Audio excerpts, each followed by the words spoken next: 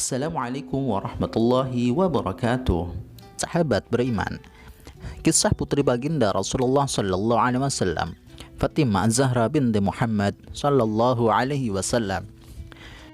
Fatimah binti Muhammad atau lebih dikenal dengan Fatimah Az-Zahra, atau yang artinya Fatimah yang selalu berseri, putri bungsu Nabi Muhammad dari perkawinannya dengan istri pertama Khadijah. Siti Fatimah Az-Zahra radhiyallahu anhu dilahirkan di Makkah pada hari Jumat 20 Jumadil Akhir, lebih kurang 5 tahun sebelum Rasulullah sallallahu alaihi wasallam dinaikkan menjadi rasul. Siti Fatimah Az-Zahra radhiyallahu anha tumbuh besar di bawah naungan wahyu ilahi di tengah kancah pertarungan sengit antara Islam dan jahiliyah.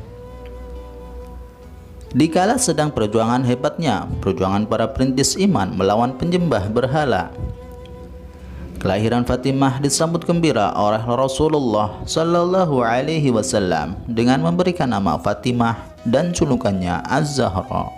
Pemimpin wanita pada masanya ini adalah putri keempat dari anak-anak Rasulullah sallallahu alaihi wasallam, dan ibunya adalah Ummul Mukminin Khadijah binti Khuwailid.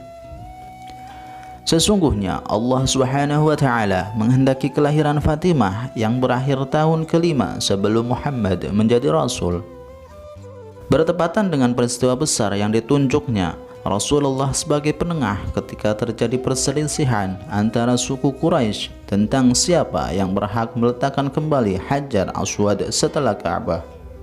Fatimah lebih muda dari Zainab, istri Abil As bin Rabi' dan Ruqayyah, istri Utsman bin Affan.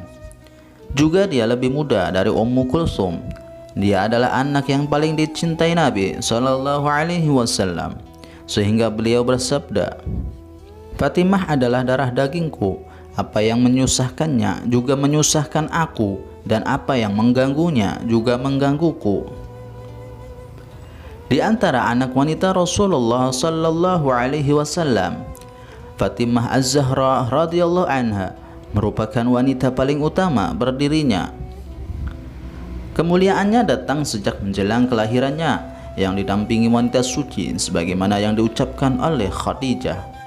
Pada saat kelahiran Fatimah radhiyallahu an, aku meminta bantuan wanita-wanita Quraisy tetanggaku untuk menolong. Namun mereka menolak mentah-mentah sambil mengatakan bahwa aku telah mengkhianati mereka dengan mendukung Muhammad.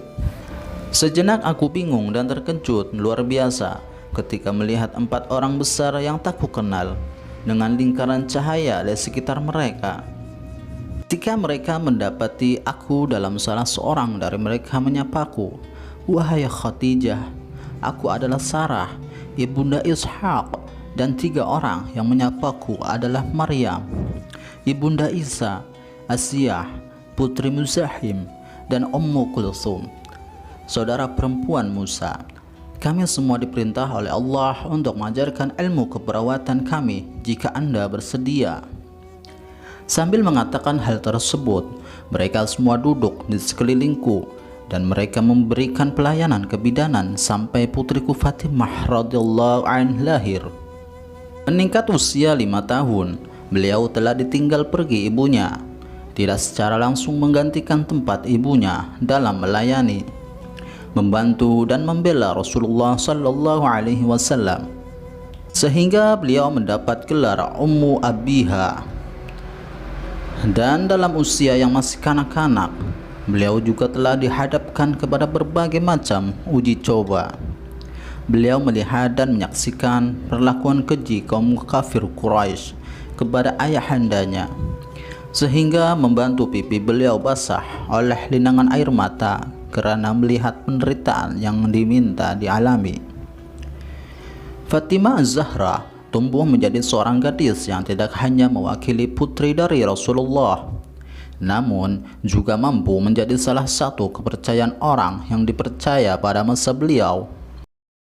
Fatimah Az-Zahra memiliki kepribadian yang sabar dan penyayang karena dan tidak pernah melihat lelaki yang bukan mahramnya. Rasulullah sering menyebutkan nama Fatimah Salah satunya adalah ketika Rasulullah pernah berkata, Fatimah merupakan bidadari yang masuk manusia. Sesungguhnya dia adalah pemimpin wanita dunia dan penghuni surga yang paling utama.